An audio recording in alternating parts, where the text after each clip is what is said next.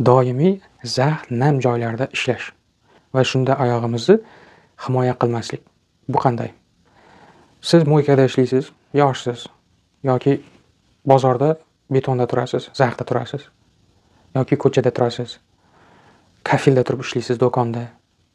Ma'lum bir vaqtlar o'tib, sizni shu hozirgi qilayotgan xatoyingiz tufayli kelgusida suyak bo'g'ingiz aziyat chekadi.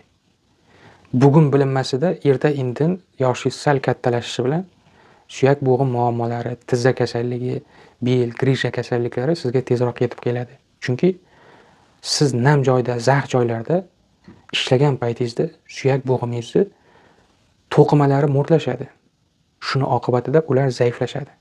Zaiflashgan bo'g'imingizga, suyagingizga kasallik tez yetib keladi. Doktor Ishchanov Telegramdagi rasmiy kanalining belgisi mana 8 qirrali moviy yulduzchasi bor. Mana ko'rdingizmi? Mana shu bizning kanal.